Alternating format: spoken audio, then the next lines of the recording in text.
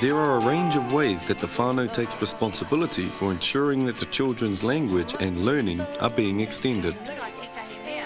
Good Māori language role models, facilitating meaningful conversations, stimulating activities that encourage language, extending language into other domains outside of the home and kohanga into the community, making links with the language of the home. Kaiako will use rich and complex language with the children. Ko papa tuanuku. Ko papa tuanuku. E te ngote tonu te pepe, ne? E pai tērā. Te wai pepe koe, ka ni ngote. Haki ro te tona poku? E titi. He u. Children will bring the language of the wider community into the kohanga. Part of being a skilled role model is to positively encourage children to use the Māori language. Here, Papa Hurai is talking with Te Maire, who has recently begun to switch between Māori and English.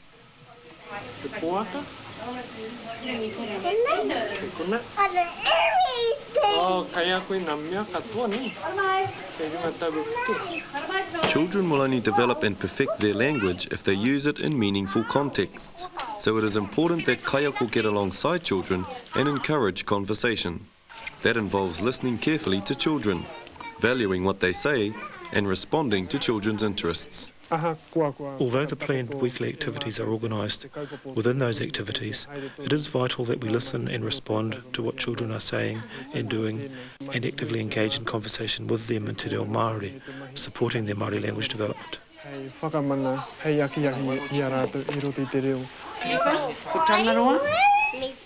When Whaia Maria reads about Tangaroa, Tiki remembers the trip to Whaingaroa and the crabs he found there.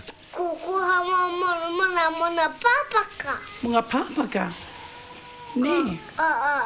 Garata ite awa harta kimi ite papaka in roto ina kohau. Oh, I tērā wiki haere mātou ki hia, ki Whaingaroa.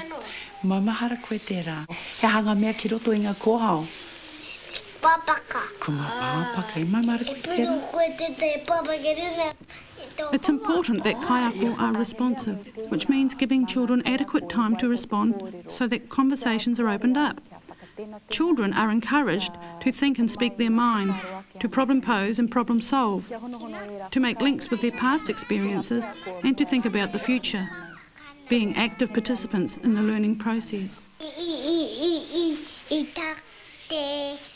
Maria's skillful encouragement of the children brings a lengthy discussion about the beach trip, which culminates in Poutu Ārongo demonstrating how he dug out crabs from the sand.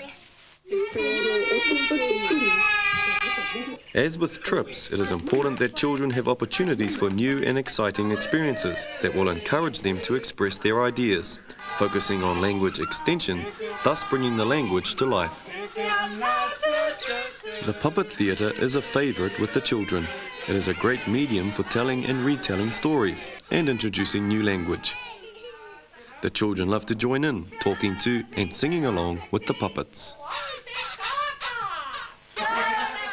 The children themselves often do their own puppet shows.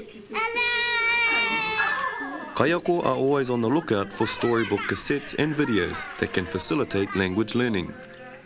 They look for resources that offer good grammatical structures, introduce new vocabulary, and excite the children. Really good cassettes and videotapes are learned by the children, who sing along and interact with the characters.